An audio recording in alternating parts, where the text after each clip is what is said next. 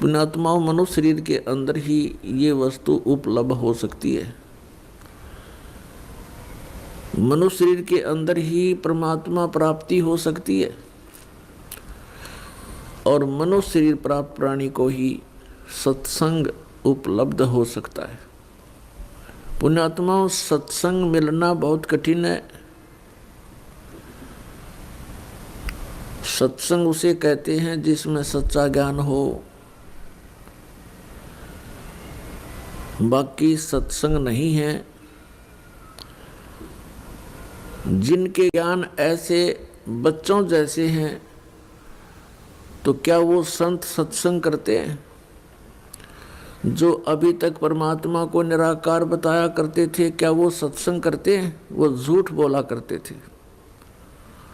अभी तक जो ब्रह्मा विष्णु महेश के माता पिता कहते थे इनके कोई माता पिता नहीं है, इनकी जन्म मृत्यु नहीं होती, तो क्या वो सत्संग किया करते? जो संत ये बताते हैं सतलोक में प्रकाश ही प्रकाश है, भगवान है ही नहीं, आत्मा उसमें जाकर के ऐसे लीन हो जाती है जैसे बूंद समुद्र में, तो क्या वो सत्संग किया करते? वो हमारा जीवन नष्ट करते थे और अपना भी जीवन बर्बाद किया करते थे, तो वो सत्संग नहीं थे।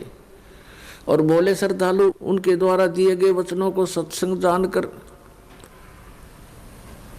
निश्चिंत हुए बैठे थे। अब सत्संग आपको अब प्राप्त हुआ है या उन महापुरुषों ने सत्संग किया था जिनको परमात्मा मिले थे? परमात्मा की प्राप्ति के उपरांत जिन्होंने जो वचन बोले वो सत्संग था। उनमें कौन कौन से महापुरुष थे जिनको परमेश्वर प्राप्ति हुई? जो दास के नॉलेज में है उनमें से चंद महापुरुषों के नाम इस प्रकार हैं। आदरणीय धर्मदास साहिब जी, आदरणीय मुल्कदास साहिब जी, आदरणीय नानक साहिब जी, आदरणीय दादू साहिब जी, आदरणीय गरीबदास साहिब जी, गांव छुडानी, जिला झज्जर, हरियाणा वाले, आदरणीय गीसादास साहिब जी, गांव खेखड़ा, जिला मेरठ, उत्तर प्रदेश वाले। इन महापुरुषों ने जो परमात्मा प्राप्ति के बाद जो वचन बोले वो सत्संग था, और इनके अतिरिक्त जो वचन इन महापुरुषों की वाणी से मेल नहीं खाते वो सत्संग नहीं है। अब इन महापुरुषों ने क्या बताया है? अनंत कोट ब्रह्मांड का एक रति नहीं भारे, सतगुरु पुरुष कबीरे हैं ये कुल के सिरजनहारे। ना सतगुरु जननी जने उनके माने बापे, पिंड ब्रह्मंड से रहित हैं नावा तीनों तापे। परमात्मा स्वयं भी आकर के क्या बताते हैं कि चारों युग में संत पुकारे, कूक कहा हम हेल रे, हीरे माणिक मोती बरसे ये जग चुगता डेल रे। पुण्यात्माओं, परमात्मा के गुणों में, परमात्मा की लीला में जो सदग्रंथों में वर्णित है, स्पष्ट किया हुआ है कि वो परमात्मा ऊपर सतलोक में रहता, सचखंड में। संत भाषा में उसको सचखंड कहते हैं और वेद भाषा में उसको रतधाम बोलते हैं। रतधाम मीन सतधाम, सतलोक कहो, सतधाम कहो। संत भाषा में परमात्मा की उपाधि सतपुरुष, अकाल मूर्त, शब्द स्वरूपी राम आदि से कहा जाता है। वेदों और गीता में उसको परम अक्षर ब्रह्म कहा है, सच्चिदानंद घन ब्रह्म कहा है, दिव्य परम पुरुष कहा है। वो परमात्मा हम सब के पिता है। हम अपनी गलती से काल के जाल में फंस गए हैं। वो दयालु हमारे लिए फिर भी भटक रहे। पुण्यात्माओं, अब समय आ गया है, बहुत सतर्क होना पड़ेगा आपको। असंख्य जन्म हो गए आपको इस काल के लोक में कष्ट पर कष्ट उठाते हैं। उसके विषय में बताते हैं, कोटि जन्म तो भरमत हो गए, कुछ ना हाथ लगा रे। और कुकर सुकर खरबा बोरे, कौआ हंस बुगारे। कोटि जन्म तू राजा की, न मिटी न मन की आशा। भिक्षुक ओ के दर दर घूम लिया, ये मिला ना निर्गुण रासा। इंद्र कुबेर ईश की पदवी, ब्रह्मा वर्ण धर्मराया। विष्णु नाथ के पुर को जाके तू फिर भी वापस आया। असंग जन्म तन मरत्या हो गए, जीवित क्यों ना मरे रे। और 12 मद मैल मठ बोरे, बहुर न दे धरे रे।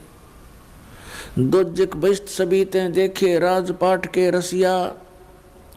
3 लोक से तरपत नाही, ये मन भोगी खसिया।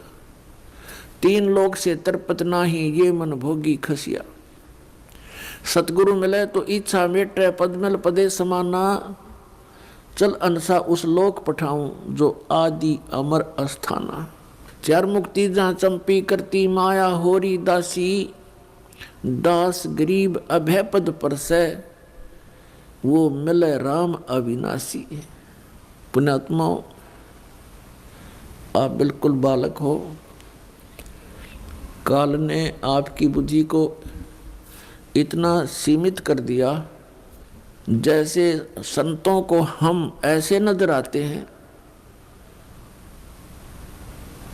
जैसे एक भैंस का बच्चा मर जाता है तो व्यापारी लोग क्या करते हैं, उसके खाल उतरवा लेते हैं बालों समेत, और उसको साफ करके उसके अंदर भूस भर देते हैं, भूस, और ऊपर से चमार से उसको सिलवा लेते हैं। एक पूंछड़ सी लटकती रहती है, और उस भैंस के सामने उस बुत को, उस कार्टून को रख देते हैं, और उसको चाटती है, उसको प्यार करती है, उसको अपना बच्चा मान लेती है। और जब व्यापारी उसको लेकर उस कार्टून को चल पड़ता है, पीछे पीछे भैंस भी यहाँ करती फिरती है। अब उसकी बुद्धि इतनी काम नहीं कर रही कि इसमें भूस भर रखा, चाम लपेट रखा, ये तेरा बच्चा नहीं है। तो उन महापुरुषों ने जिनको परमात्मा मिले और सचखंड के दर्शन हुए, उन्होंने हम ऐसे नजर आते हैं कि इस हार्ड मांस इसके अंदर भर के ऊपर चाम लपेट दिया और ये बता दिया, ये तेरा बेटा या तेरी बेटी, इस तरह तुम्हारा परिवार बना दिया। पुण्यात्माओं, आप जी ने थोड़ा विवेक करना पड़ेगा। कितनी बार संतों ने हमें कोशिश की है समझाने की, लेकिन हम इन काल के दूतों से प्रेरित होकर के भगवान के मार्ग को त्याग कर कुमार्ग स्वीकार कर लेते रहे, जिस कारण से हमारी बुद्धि विकसित नहीं हो पाई। वो परमात्मा हमारे लिए कितना कष्ट उठा रहे हैं। वो हमें बताने की चेष्टा कर रहे हैं कि सतलोक में चलो,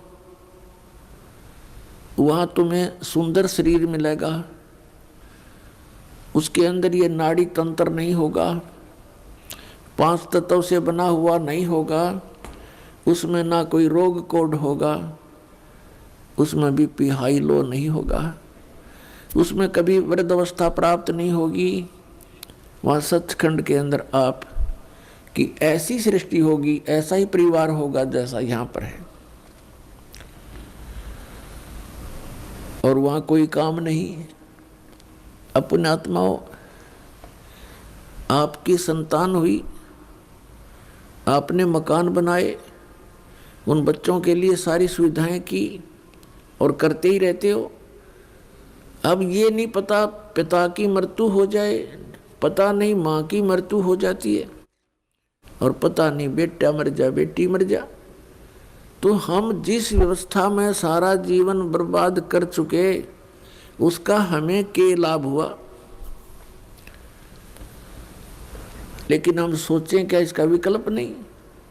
हम देखते उसके साथ भी ऐसी घटना होगी, उसके साथ भी होगी, कोई बात नहीं है, तो होती रहती है। अब परमात्मा ने इसका विकल्प बता दिया, इसका अल्टरनेट बता दिया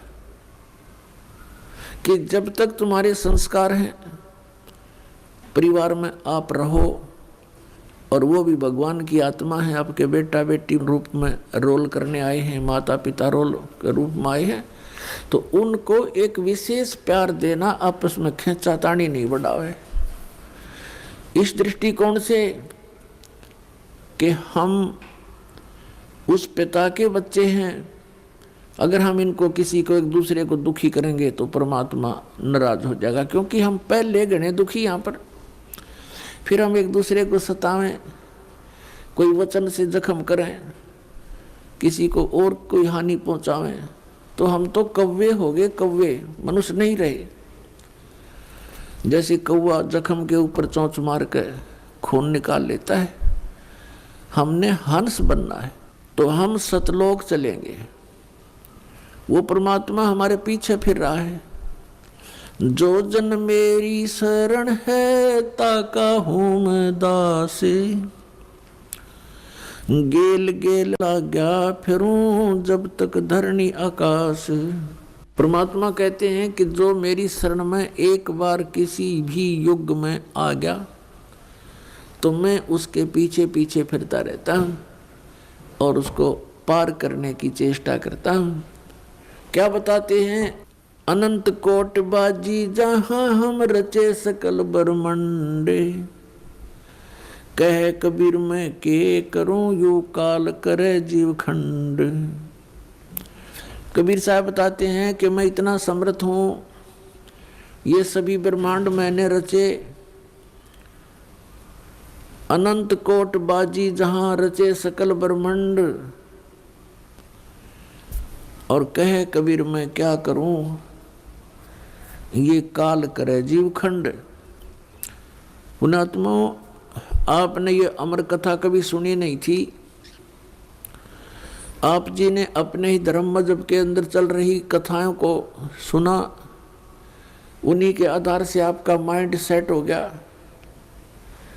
अब इस अमर कथा को सुनकर बहुत दिनों में जाकर आपका विश्वास होगा, और जब आपको ये कथा समझ में आ जाएगी उस समय देखना आपके मन की स्थिति क्या होगी।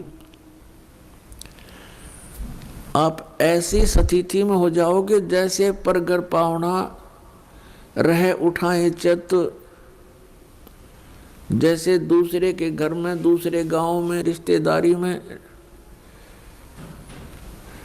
कोई परौना चला जाता है, मेहमान रूप में जाता है, वो वहाँ रहता अवश्य है, लेकिन उसको पता है कि मैंने वापस जाना है, और उसको अपने घर की रह रहकर याद भी सताती रहती है। कहते हैं जैसे पर घर पावना रह उठाए चित, तो यहाँ से आपका ऐसे मन हट जाएगा एक दिन, और फिर उस सतलोक में आपका अगला कदम सतलोक में होगा। अब परमात्मा ने हमें आकर बताया कि जब सबसे पहले मैं यहाँ आपके दुखों को देखकर इसमें प्रवेश किया काल के लोक में, तो इस काल ने मेरा रास्ता रोकने की चेष्टा की, क्योंकि परमात्मा बताते मैं जोगजीत के रूप में था। जोगजीत वहाँ एक पुत्र है परमात्मा का, जो सर्वप्रथम 16 उत्पन्न किए थे उनमें से एक है।